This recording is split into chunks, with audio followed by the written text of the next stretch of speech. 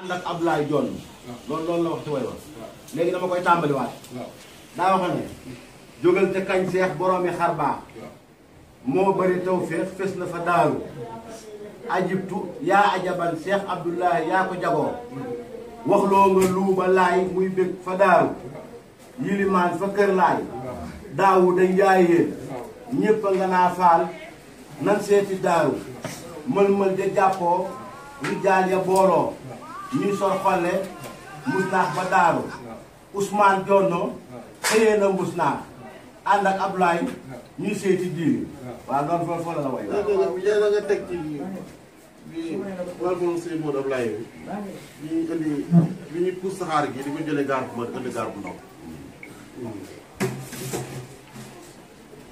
loolu buurati naa la buurati naa saa xol bi te ba wax ko ku jëm lu baax foo mën a jëm ñu wax. waaw yow it dégg nga xeet waaw waaw.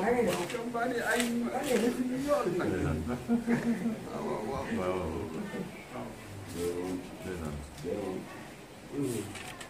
léegi mokkaloo ko rek il faut. dégg ko yeneen rek. waaw defar la daa am lu muy defar yow sëñ Ablaye la yebal ak sëñ Modou. ñoo la yebal démb rek di sama xel la fa teew ma ne ko damaa roy yow taxaw jëlee la wala. booba ku baax tax nga ñëw. saa doom ji. waaw.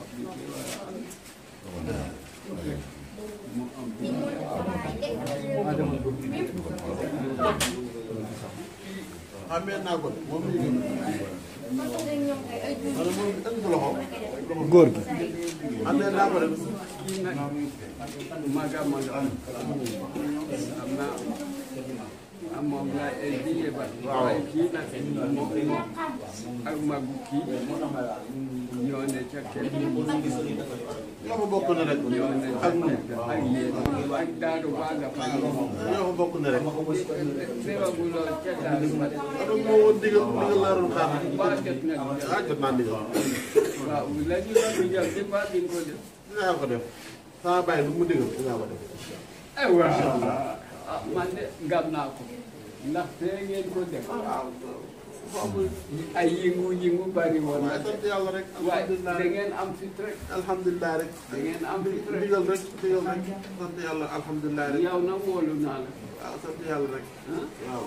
wóolu naa la.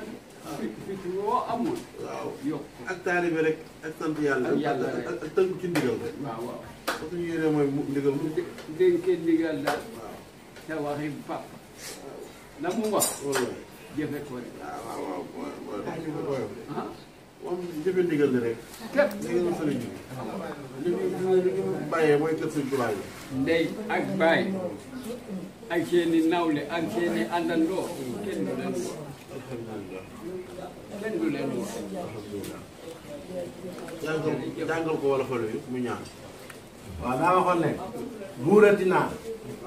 buurati naa saa xol bi fees ma wax ko ku jëf lu baax foo mën a dem nu wax ko bi xidmatil muxtaari gaaña booloo Cheikh Abdoulahi kenn ku wecc mbooloo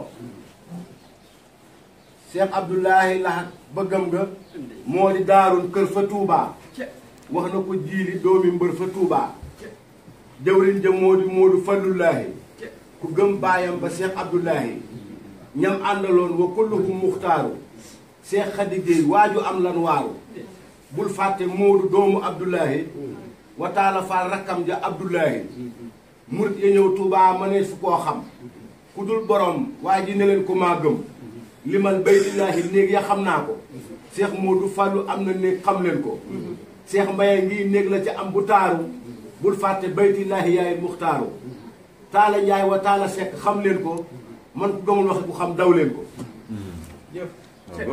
jërëjëf. boo ko amee teer ba gaar ko mu rijaale booloo di puus ma ko amee bisimilah yi dégg ko waaw suñ Modou Ablaye Fall moo bind xasida gi. yaa xeet nag yow it. waaw yaa déglu sa baay. Fall nag yaa ñuy ñaanal nag. waaw moom lañ ñaanal njaboot. ñaanal nañu ba pare yow ñaanal man kay da ngeen ñaanal seen bopp li may wax.